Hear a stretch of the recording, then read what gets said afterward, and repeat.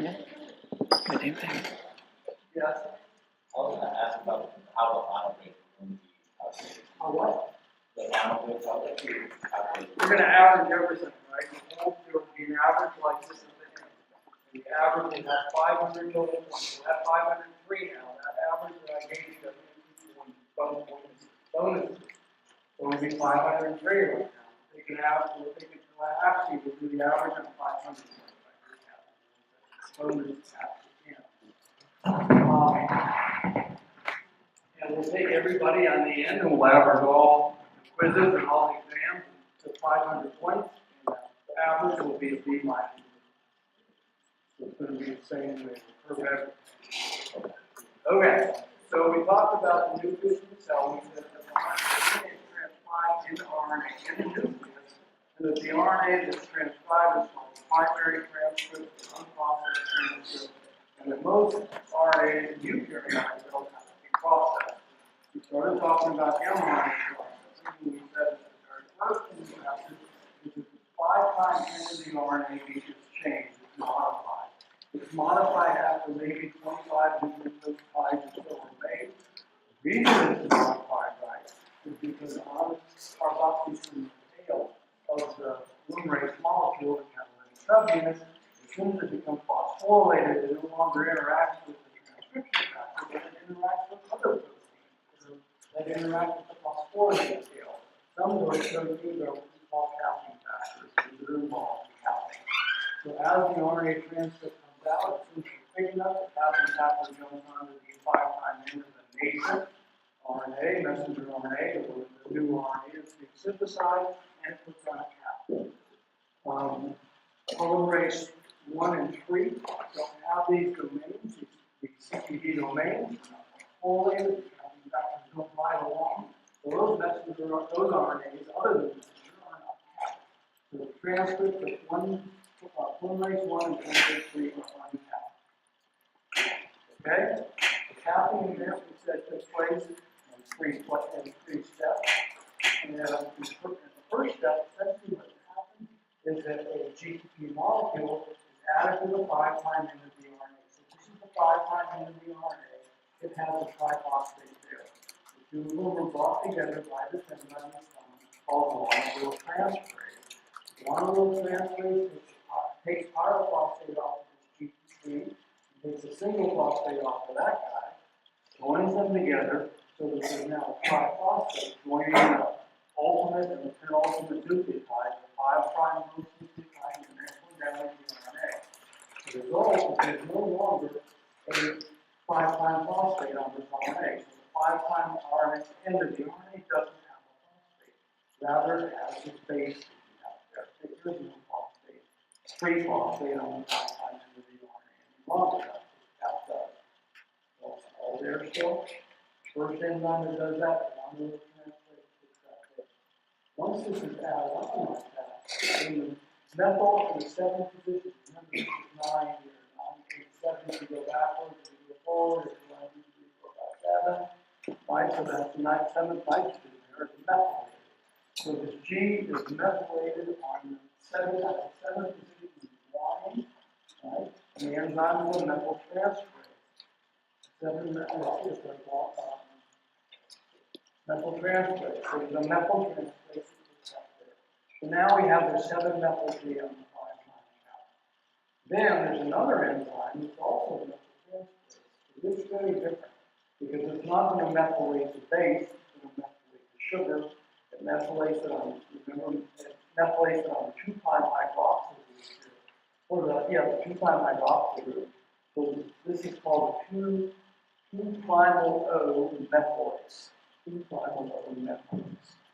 What it will do is if this penultimate, right, so the second one on the top, is adenosine, it will methylate. The third one is adenosine, it will methylate. So you end up with this sort of a cow that has these two guys here that are methylated. Generally, this one is an adenosine. Most transcription, we didn't do that, but if you go back and you look at the thing where we're looking at the motor sequences, and the start site, the +1 site, the vast majority of +1 sites are adenosine. So there will be an adenosine here on the messenger RNA.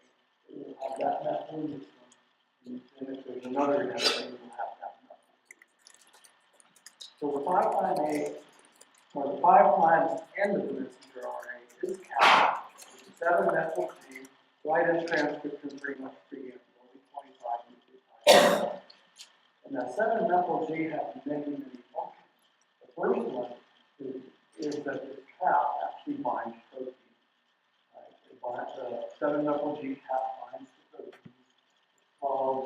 They're called the cation protein complex, called the CDC, the cation complex.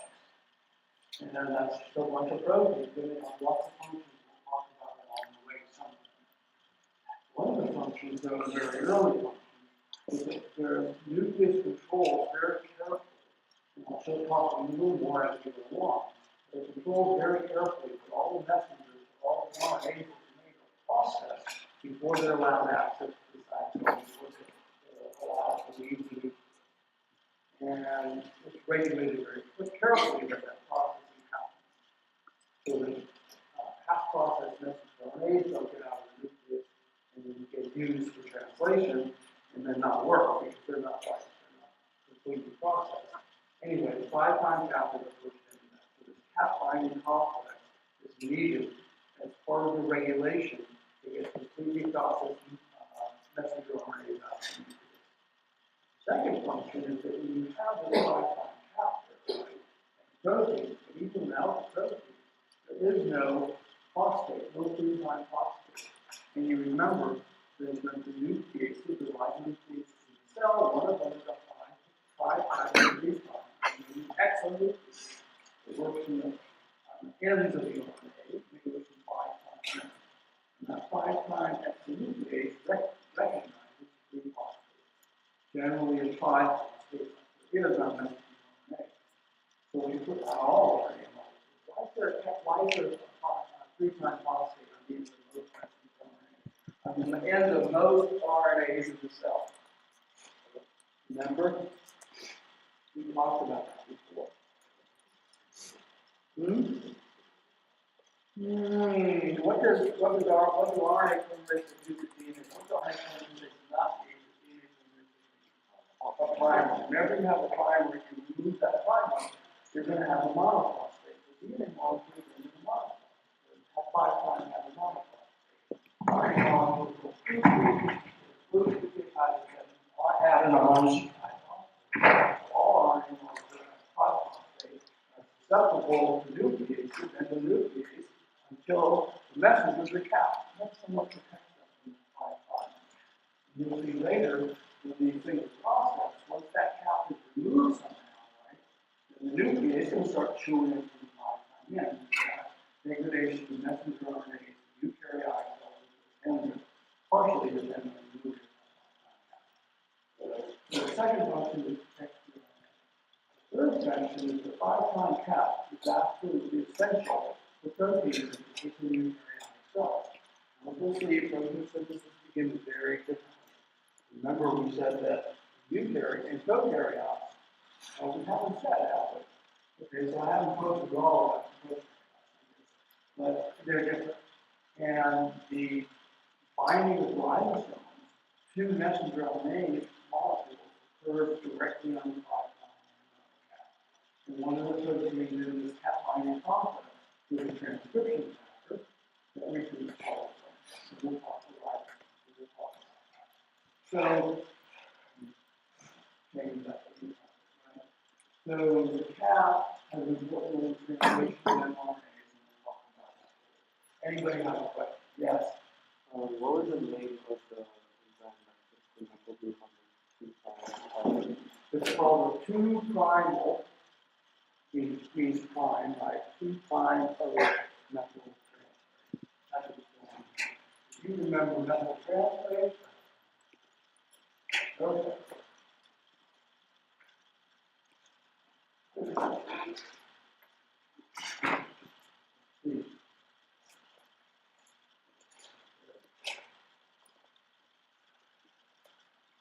Okay, so now I want to continue talking about messenger RNA.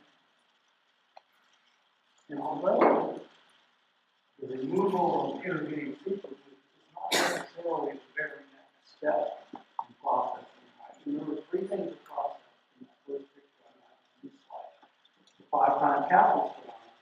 intervening sequences that the poly-A removed.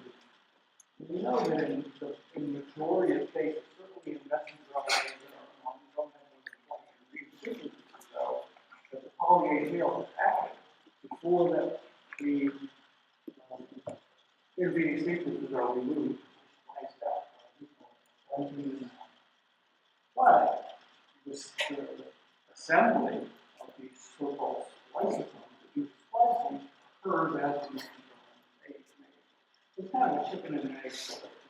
But as the RNA is being made, as soon as that happens, more is transcribed and the intervening sequences become apparent, then these processing, these lysosomes, these processing complexes are set up on the message. So we're going to talk about that. So you all remember this is from a kind of thought, it's a prokaryote eukaryote, really, because there are examples in viruses, but in very few bacteria, but there are a couple of intervening sequences in the genes, which are very uncommon, and they're not disconnected. You see a picture like this, with multiple introns there, you can vegetable these very out itself. So remember the dogma, right? If you have a given molecule in the gene itself, it's an exon, the protein regions are separated by, or interrupted by these intervening sequences or introns. The messenger RNA is two, so on the other region, and it copies that entire gene. There is a stop signal, it copies the entire gene. So the RNA, the primary transcript, also has, which we also call HMRNA, right? Heavy nuclear RNA or heterogeneous nuclear RNA, has intervening sequences. And the step where those are removed is intron removed splicing, processing, right? And in that processing event, there are intervening sequences on that. If you look at the genes, we talk about several genes. Loaded genes, the diagram of the structure, you can see that intervening sequences are the coding regions, the exons, which are 1, 2, 3 separate exons, all about the same size, and the intervening sequences are about the same size. Exon about half it, about 200 this loaded message is only 2,000 liters. Other than factor 18, volume factor, and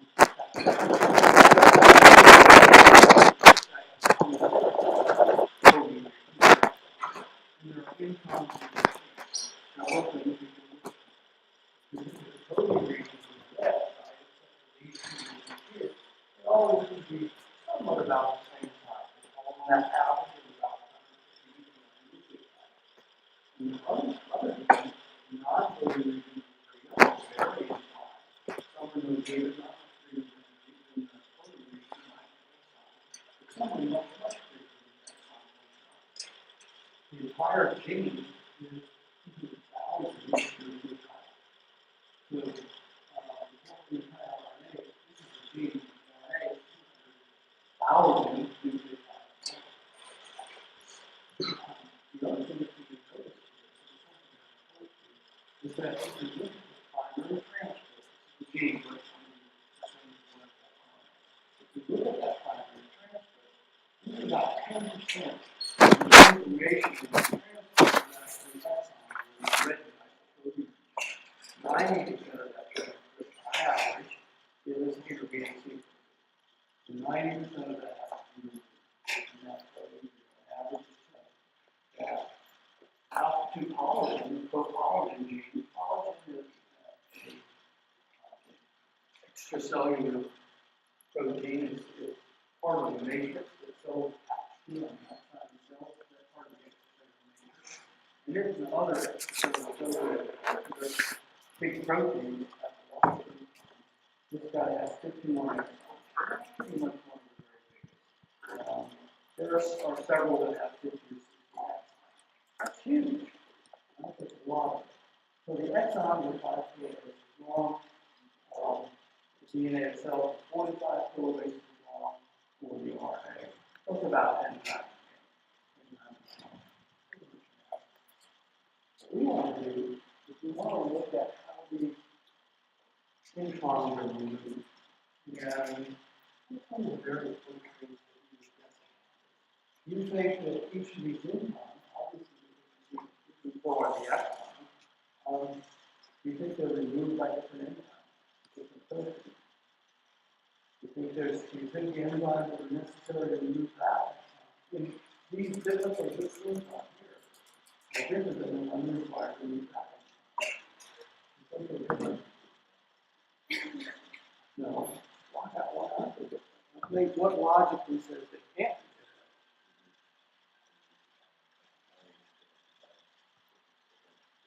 different? You need a different enzyme for each intron, so yeah. Does that happen? Is it possible in those cells? Why? How many genes do we have? 20,000 genes. If all of it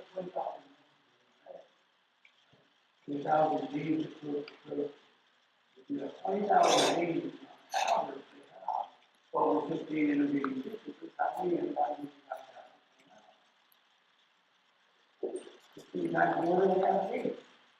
So it's not possible. It's totally impossible. Right there, it suggests that the process of the way that each of these cut out is either identical or very, very similar, right? And that's what we look at how that happens.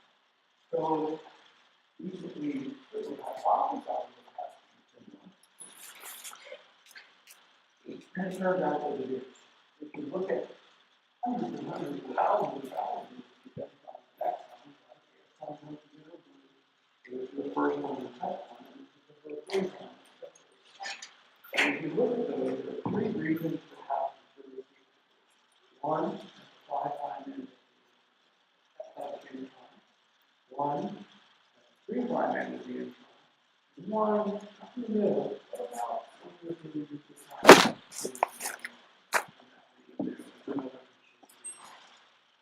One of these is the consensus. That means in general, right? All of these nucleotides, the highest consensus or possibility is here. They can vary on that, perhaps. But they follow this consensus. Pretty good. There are only 4 nucleotides that are perfect in the rare.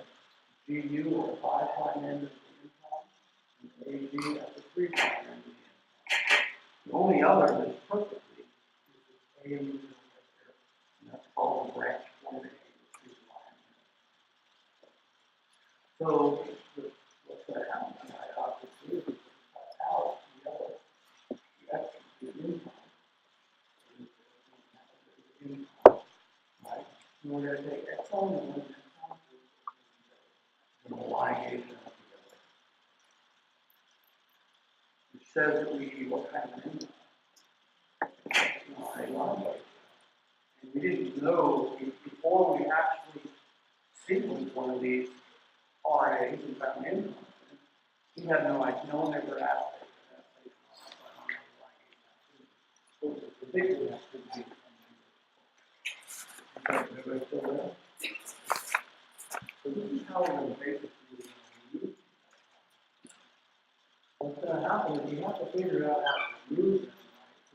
Right? So to in the exons, without using them, you can't cut them from here. You have to do it together. And the other thing is how we're going to use them.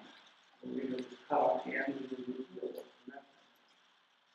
And it turns out that there's a structure that does this. It's called spliceosome. Spliceosome sets up every one of the introns has a page transport. So we went back, I wish I had it on the slide, but we do that on the left. So the overhead you see a picture of the CPD, that's the oxygen domain, has the capping sequences riding around. You see the blue ball next to it called the splicing sequence. So the splicing enzyme right along on that CPD. At the first ending of intervening sequence comes off the press, right? It's an RNA, and so it's splicing factors instead of splicing polymer. This is the way splicing happens. What happens is there's cleavage that between the 5' end of the intron and the 3' end of the first cleavage. And what happens is that belonging forms a phosphorescent linkage to the adenosine. So it's going to hold over attention, it's going to hold more linkage here. And it's actually the formation of that linkage that actually cleaves that piece off. So now that piece if you follow my notice that this is the 5' end of this array, but the flip is that 5'3", and then we'll flip it down here to 5'3", and sort of flip that piece around so you can see it. You're confused. But here's the linkage between the two. So there's a linkage between that G and the branch point A. You end up forming a loop. Why is that loop unusual? What's unusual about that loop? The circular RNA, we talked about circular molecules. Why is it unusual? What's unusual about the ester? Forming a phosphoester linkage. What's unusual? It forms with the 2' hydroxyl group, right? So it forms with the 2. This adenosine is formed with the 5' phosphate. It's forming the linkage with the R, with R is purine, so any purine, and the other end, which is Y, is formed with a 3' hydroxyl, right? So this link phosphoester, this thing already has 2 phosphodiester linkages, and now it has a third one. So first of all, it's the 2' hydroxyl linkage, and second of all, that adenosine residue, as far as I know, is the only nucleotide in biology that has 3 phosphodiester linkages. Right? It's the only one. So it's pretty unusual. Once that happens, this guy is free now. Right? When you cleave this guy here, that guanine, when you cleave that phosphorus linkage, you gain a hydroxyl, 3' hydroxyl. Now that 3' hydroxyl can essentially attack this phosphorus linkage, right? This thing here, what happens is this hydroxyl group is undergoing a nucleophilic attack on that phosphorus linkage, right? What happens now is this hydroxyl is undertaking a nucleophilic attack on that phosphorus linkage there. And in doing so, right, this hydroxyl group and that phosphate form a phospholink or a phosphoester linkage there. So the 2 exons, the 2 exon 1, 2 exon 2 together. And as you cleave that there, you release that intervening sequence capillary, some people call area.